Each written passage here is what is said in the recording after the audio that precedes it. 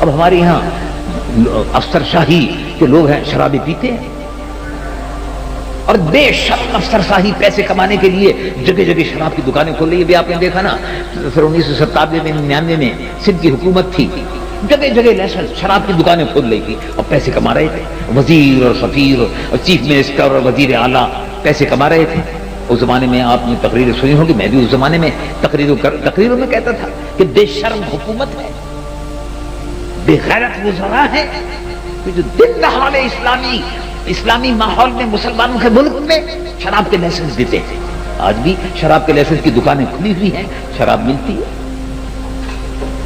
بے شرم لوگ ہیں، بیوروکریسی ہے، افسر شاہی ہے، رشوتیں لیتی ہے، رشوتیں لینے کے بعد یہ باور کراتے ہیں کہ نہیں صاحب اس سے آمدنی کا بہت بڑھ رہی ہے، ایکسائز اینڈ ٹیکسیشن ڈپارٹمنٹ سارا اسی پر چلتا ہے، افیم کا ٹھیکہ دے دو، شراب کا ٹھیکہ دے دو، اور فلاں کا ٹھیکہ دے دو، اور چرس کا ٹھیکہ دے دو، اور افیم کا ٹھیکہ دے دو، یہ سارا کاروبار اسی سے چلتا ہے۔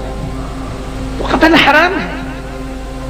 جو شخص شراب پیتا ہے، رسول اللہ سید العالمین محمد رسول اللہ صلی اللہ علیہ وسلم کے ہاتھ سے قیامت کے دن جام کوثر سے محروم رہے گا شرابی۔ اب یہاں رسول اللہ کی امت کے لیے شیطانوں نے، افسر شاہی نے اور حکومت نے دکانیں شراب کی کھولی ہوئی ہیں، لائسنس کے اوپر ہو رہا ہے۔ بھائی کس کو لائسنس دے رہے ہو؟ کیوں لائسنس دے رہے ہیں آپ؟ کس نے کہا ہے؟ ان کو صاحب غیر مسلموں کو دے رہے ہیں۔ غیر مسلموں کے لیے کون سی کتاب میں لکھا ہوا ہے؟ کون سی کتاب میں لکھا ہے کہ مسلمان حکومت غیر مسلموں کو شراب پلائے گی؟ کس کتاب میں لکھا ہوا ہے؟ کس میں اجازت رکھی ہو؟ بتاؤ بھائی۔ کوئی جواب نہیں ان کے پاس، خاموش ہو جاتے ہیں۔ نہیں صاحب وہ غیر مسلم اقلیت ہے، اس غیر مسلم اقلیت کی دلداری کے لیے خود غیر مسلم اقلیت کہتی ہے کہ ہم شراب نہیں پینا چاہتے، شراب نہیں پینا چاہتے، ہم کو شراب کا لائسنس نہیں چاہیے۔ لیکن جو بدکار، جو شرابی مسلمان جو حکومت میں ہیں، وزیر ہیں کہ سفیر ہیں اور بیوروکریسی میں ہیں، وہ شرابی ہیں، بدکار ہیں، اپنی شرابیں پینے کے لیے دکانیں کھلوا دیتے ہیں اور غیر مسلموں کی آڑ میں خود شرابیں پیتے ہیں، ان کے نام پر لائسنس بنوا لیتے ہیں، اپنے لیے سب دکانیں کھول لیں۔ یہ عالم ہے۔ اس طرح سے اسلام اور مسلمانوں کے اخلاق کو رسوا بدنام کیا جا رہا ہے۔ وہ شراب جو حرام ہے، تو یزید شرابی تھا۔ امام حسین رضی اللہ عنہ وارضاہ کے کربلا کا پیغام یہ تھا کہ جو شخص بھی مسلمانوں کا حکمراں ہے اگر وہ شرابی ہے یزید ہے۔ اب یزید کو دیکھنا چاہتے ہو؟ دل تو نہیں چاہتا یزید کو دیکھنے کا، لیکن اگر دیکھنا چاہتے ہو تو جو بھی شراب پیتا ہے وہ یزید ہے، اس لیے کہ یزید بھی شراب پیتا تھا۔ اور امام عالی مقام کربلا کا پیغام یہ تھا کہ مسلمانوں کا حکمراں شرابی نہیں ہونا چاہیے۔ یزید اور کیا کرتا تھا؟ کبھی آپ نے اس پر سوچا؟ امام حسین کا کیا جھگڑا تھا؟ جائیداد کا جھگڑا تھا؟ نہیں تھی۔ کوئی شادی بیٹی کی لین دین اور شادی کا جھگڑا تھا؟ بالکل نہیں، کوئی نہیں۔ حضرت امام حسین کا یزید سے کوئی جھگڑا نہیں تھا، نہ شادی کا تھا، نہ بیاہ کا تھا، نہ زمین کا تھا، نہ زمان کا تھا، نہ مکین کا تھا، نہ مکان کا تھا، نہ پیسے کا تھا، نہ روپے کا تھا، نہ شرفی کا تھا۔ یزید سے یہ جھگڑا نہیں تھا کہ تم میری تنخواہ بڑھاؤ، ان کی کوئی تنخواہ تو تھی نہیں، وہ یزید کے نوکر تھوڑے ہی تھے۔ یزید سے جھگڑا کیا تھا؟ کربلا کا پیغام کیا ہے؟ یزید سے جھگڑا یہ تھا کہ وہ شرابی تھا، اور شرابی بدمست رسول اللہ صلی اللہ علیہ وسلم کی قائم کی ہوئی گدی خلافت، مسلمانوں کے امیر، مسلمانوں کا حاکم نہیں بن سکتا۔ جس کو اپنا ہوش نہ ہو وہ قوم کے لیے ہوش میں کیا کام کر سکتا ہے؟ اس کو اپنا ہی ہوش نہیں، تو شرابی ہے۔ یزید شراب بھی پیتا تھا، یزید ڈانس بھی کرواتا تھا، ناچنے والی لڑکیاں بھی تھیں، ناچنے والی لڑکیاں بھی تھیں۔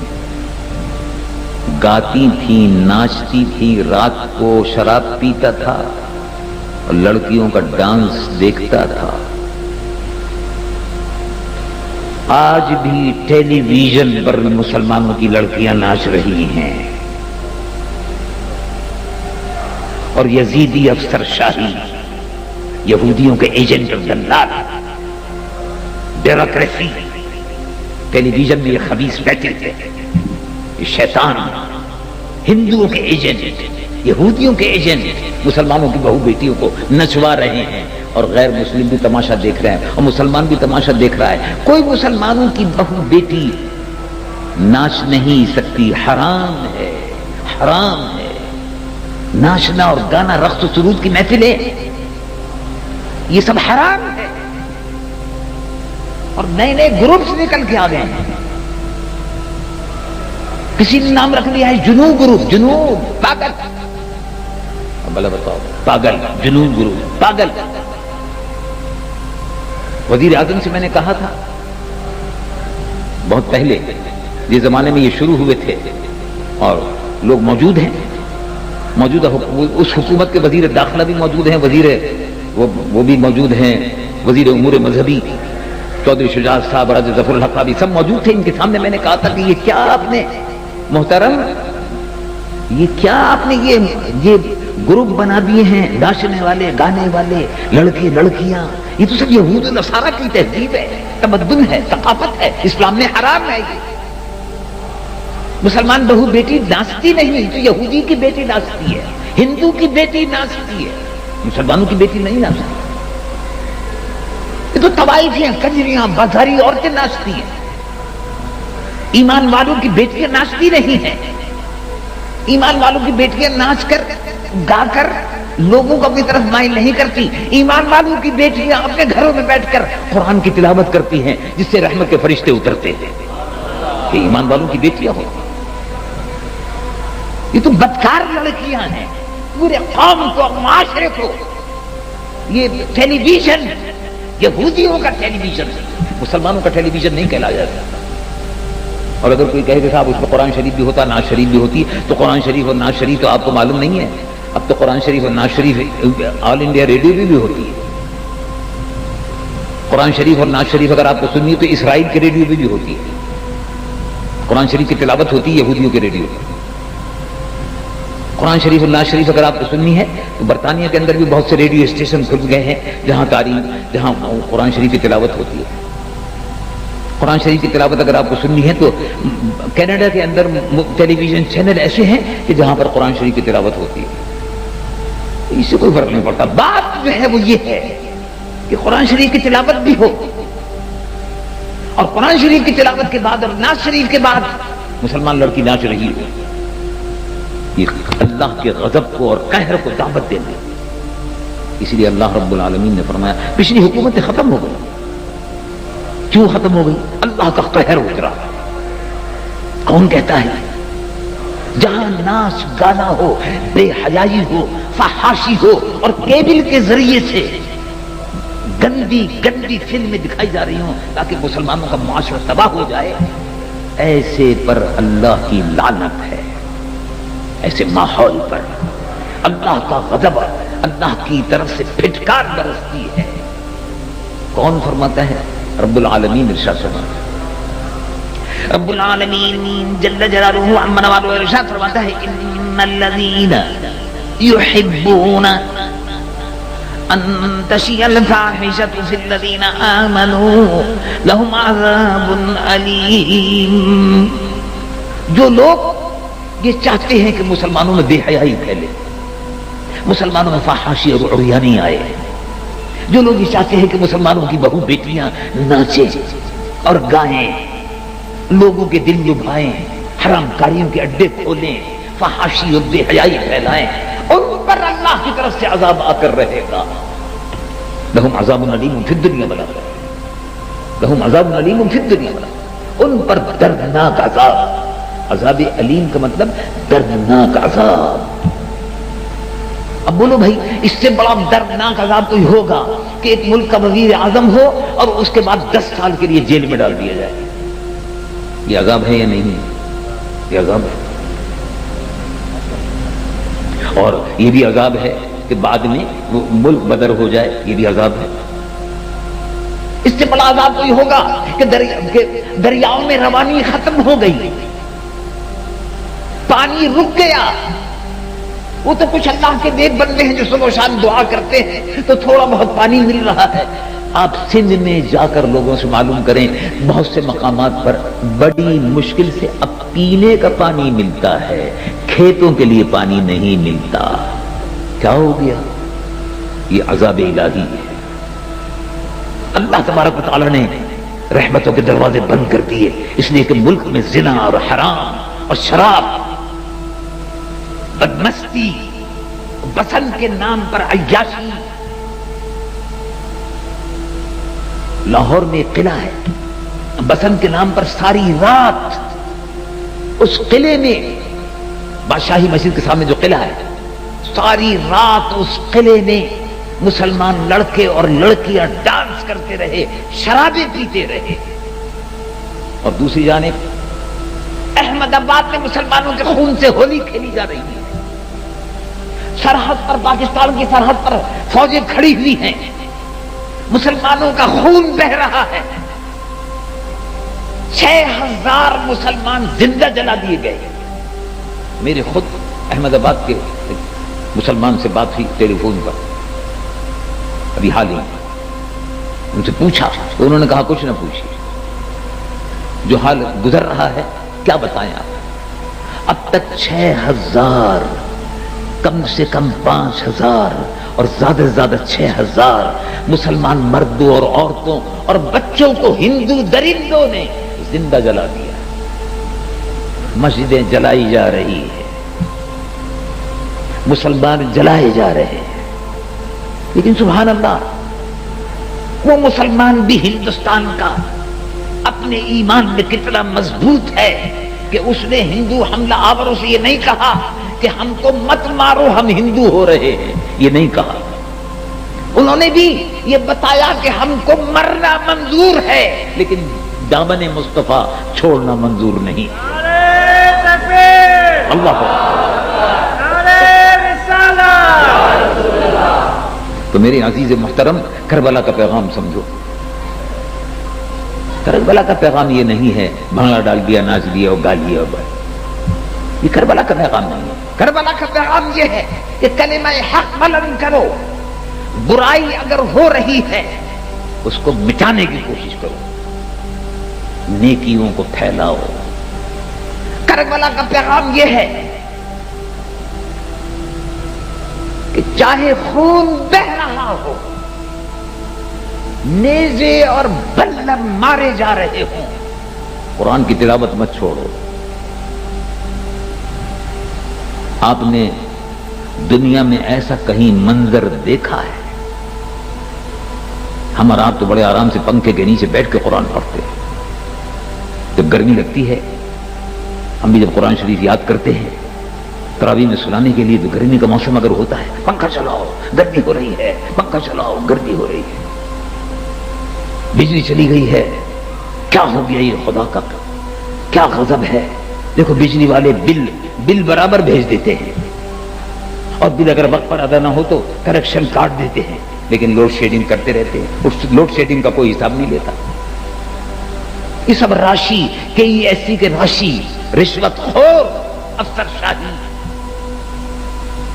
ہندوستان کو بجلی بیچنا چاہتے ہیں، ہندوستان کو بجلی بیچنا چاہتے تھے پہلے، 2-3 سال پہلے کی بات ہے، تو اس نے کہا کہ یہ تو مہنگی ہم نہیں لیتے۔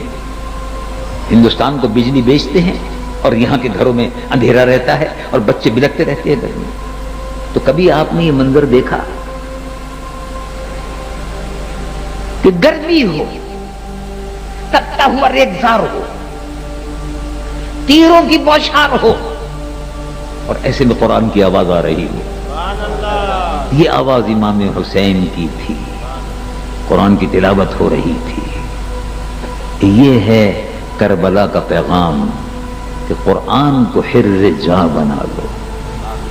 تیروں کی بارش ہو رہی تھی اور امام علی مقام اللہ کے حضور میں سجدے میں تھے۔ کربلا کا پیغام یہ ہے کہ نماز کی پابندی کرو، اور اللہ کے غضب سے ڈرتے رہو. نافرمان قوموں پر اللہ رب العالمین کا عذاب آ کر رہتا ہے. نافرمان لوگوں پر اللہ کی ہم نے نافرمانی کی. مشرقی پاکستان اب ہمارے پاس نہیں ہے، بنگلہ دیش بن گیا. یہ اللہ کا عذاب تھا. آج قوم کو ناچنے گانے والوں کی ضرورت نہیں ہے. آج قوم کو وہ مجاہدانہ کردار ادا کرنا ہے جو امام حسین نے میدان کربلا میں کیا اور محمود غزنوی اور شہاب الدین غوری نے دہلی کے میدانوں میں ادا کیا. اور قوم کو اس کردار کی ضرورت ہے. قوم کو صلاح الدین ایوبی کے کردار کی ضرورت ہے. اور ہم توقع کرتے ہیں کہ اللہ تبارک و تعالی اس امت مسلمہ سے پاکستان میں ہی اللہ تبارک و تعالی ایک صلاح الدین پیدا فرما دے، شہاب الدین غوری اور محمود غزنوی پیدا فرما دے. دیکھو کیسے کیسے مجاہد جرنت. شہاب الدین غوری بادشاہ سو رہا، وہ بادشاہ تھے جن کے دل میں خوف خدا تھا،